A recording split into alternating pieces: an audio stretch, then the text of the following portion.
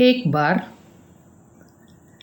प्रार्थना सभा के बाद एक वकील ने कहा महात्मा गांधी से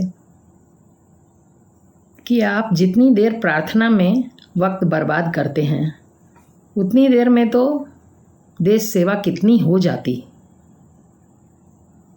इस पर गांधी जी को नाराज़गी हुई।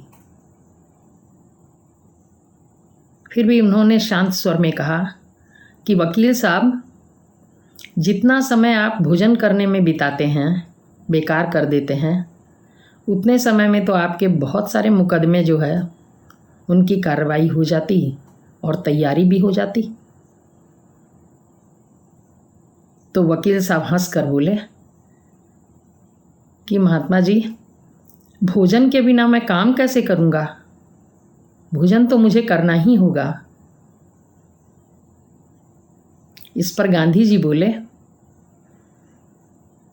कि जैसे आपके शरीर को भोजन की आवश्यकता है और आप भोजन के बिना काम नहीं कर सकते, उसी प्रकार मेरी आत्मा को प्रार्थना की आवश्यकता है। प्रार्थना मेरी आत्मा का भोजन है। अगर मैं प्रार्थना नहीं करूं तो मैं देश सेवा का काम भी नहीं कर सकता। आपको नहीं मालूम कि प्रार्थना का क्या अर्थ है और उसका क्या प्रभाव है। वकील साहब को समझ में आ गया कि गांधी जी क्या कहना चाहते हैं। जितनी ही किसी चीज़ की सूक्ष्मता बढ़ती जाती है, उतनी ही उसकी दृश्यता, यानी उसको हम देख नहीं पाते। प्रार्थना दिखाई देने वाली चीज़ नहीं है, उसका तो प्रभाव है जो महसूस किया जाता है। भोजन दिखाई देता है, भोजन से हमें जो तसल्ली होती है वो सब दिखाई देती है, क्योंकि वह बहुत सूक्ष्म चीज़ नहीं है। प्रार्थना लेकिन सूक्ष्म चीज़ है और उसकी दृश्यता बहुत कम हो जाती है।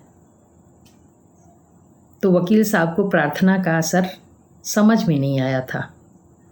गांधी जी के लिए वो बहुत बड़ी बात थी। प्रार्थना से उन्हें शक्ति मिलती थी देश सेवा की और इतने कठिन कार्य करने की। इसलिए वो उनकी आत्मा शक्तिशाली होती थी और प्रबल ढंग से वह कार्य करते थे। इसलिए उन्होंने बताया कि प्रार्थना मेरी आत्मा का भोजन है। मैं प्रार्थना के बिना काम नहीं कर सकता।